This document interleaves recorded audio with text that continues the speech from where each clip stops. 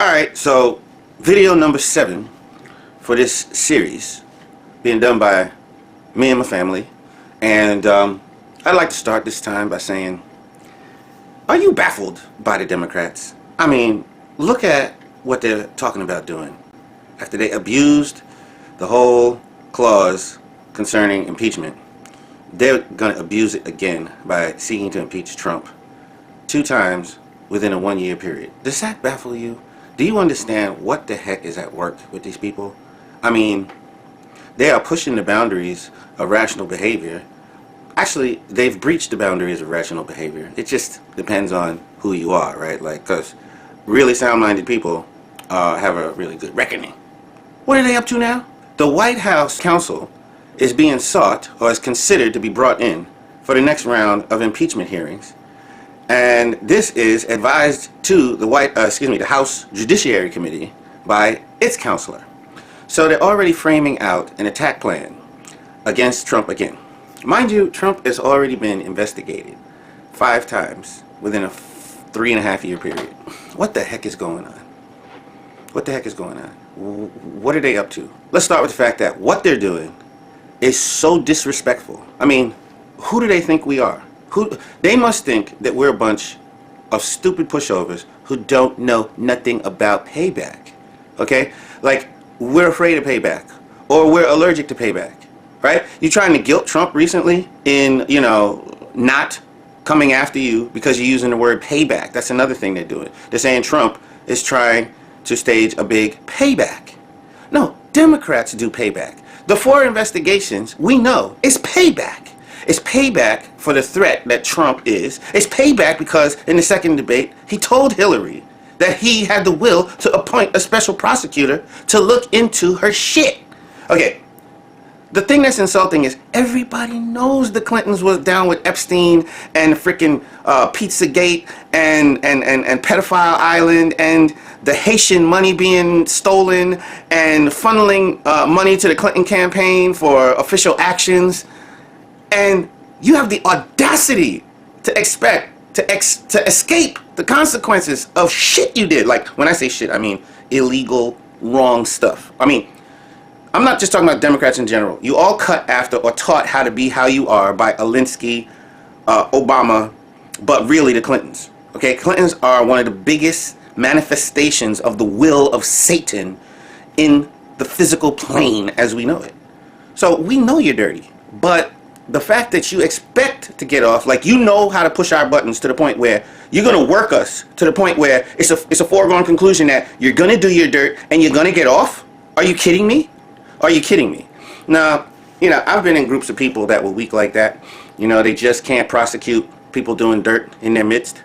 But there's no way that America is filled to the brim with that kind of person. You've so overtly slapped every sound, rational-minded person in America with these antics. Oh, you're going to get yours. And you better hope that it's only at the ballot box. But you're going to get yours at the ballot box. And guess what? You're going to be prosecuted. Some of you might get away because of the sheer amount of shit that you do. But you're going to get your ass whooped and thrown in jail by the legal system being made to do its job properly.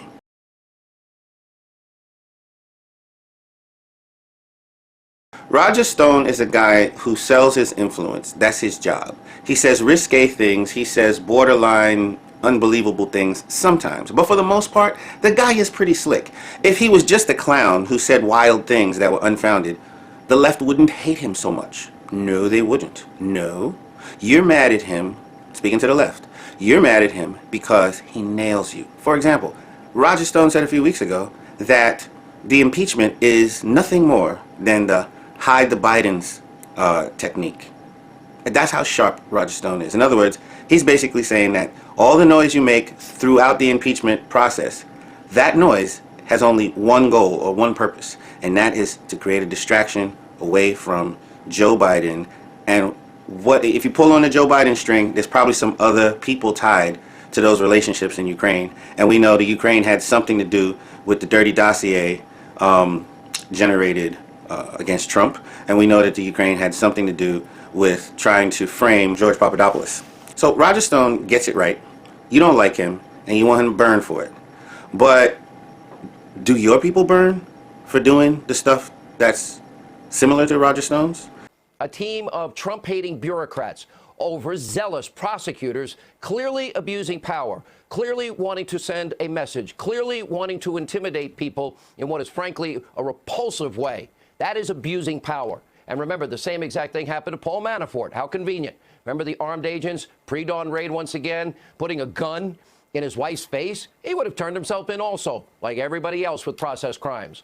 Now, Stone was ultimately convicted on 7 counts. 1 count, obstruction of an official proceeding, a.k.a. he lied to Congress. That's what they said. 5 counts of making false statements to Congress, and 1 count of witness tampering. And by the way, the witness defended Stone. He said, he's just a blowhard. I didn't take any of his comments seriously. And when he heard that he might face jail time, he wrote a letter to the judge. No, don't send him to jail for this. It's stupid.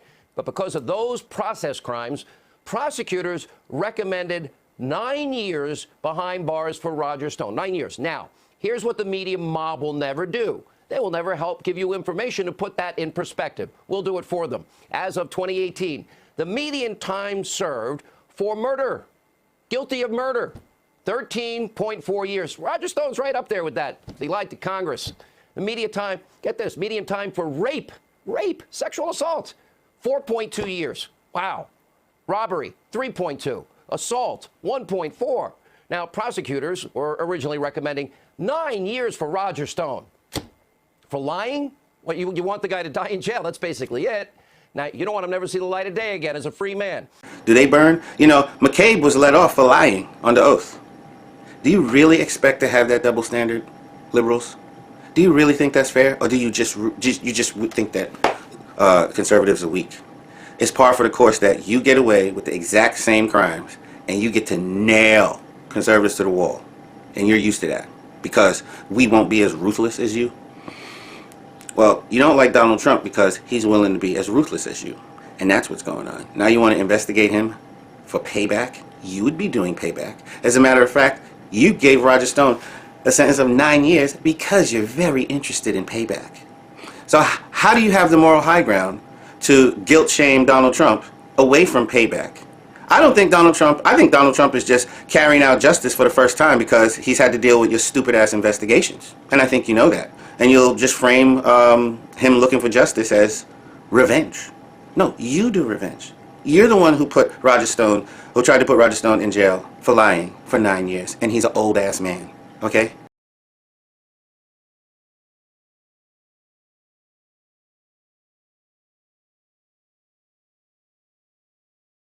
How you gonna come down on Donald Trump for pardoning anybody when Barack Obama pardoned more people than like the previous combined 5 or 6 presidents? He pardoned like thousands of people. He has the record for pardoning. Open your mouth about that. Open your mouth about that. Because if you won't open your mouth about that, then I'm afraid you need to shut the fuck up. Okay? You need to shut the fuck up about Donald Trump doing a little bit. You know how you sound railing against, a pebble in Donald Trump's eye when you have a whole log fucking cabin stuck in your face. Let's say there's a guy over here with, let's say, a little bit of, let's say, toothpick in his eye, and you're the guy saying, dude, seriously, you gotta deal with that.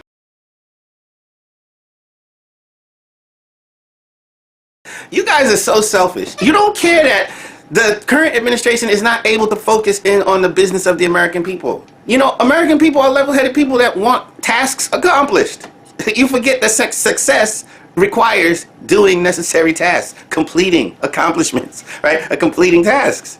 Why are you holding the whole country up? That is extremely wickedly self-centered of you. I mean, you're only doing this for what? An ideology? No. No, not ideology. What are you doing this for? Sheer power? Sheer power. You don't care about ideology because if Donald Trump he actually did a couple of things that's in your wheelhouse to take a stand for, like prison reform, right? Yeah, he took care of that.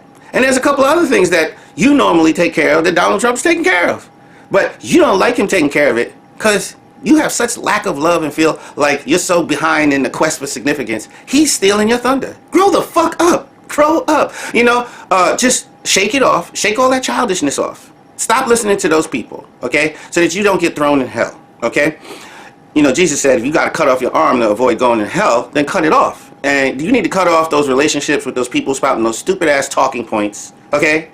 And you need to not go down in history as one of the fools that staged this useless campaign against Donald Trump.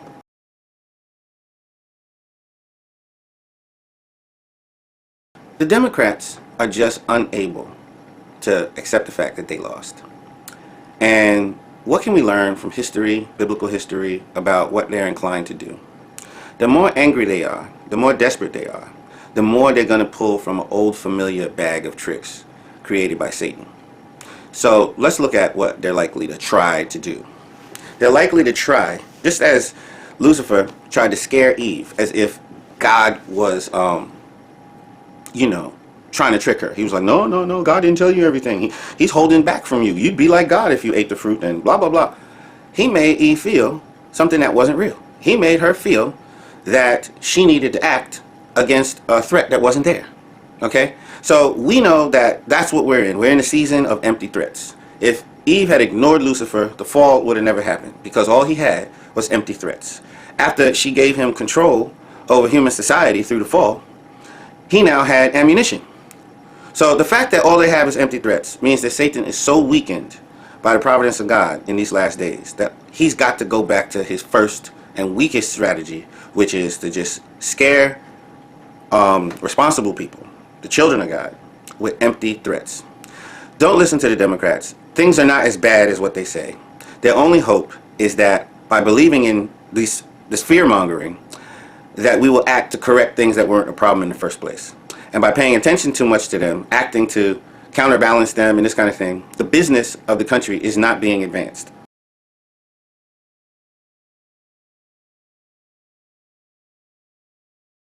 I think that this crazy Democrat Party is in need of some justice. It reminds me of a movie, the movie Warrior, about two brothers who had an MMA background. One was a teacher and one came back from the front lines.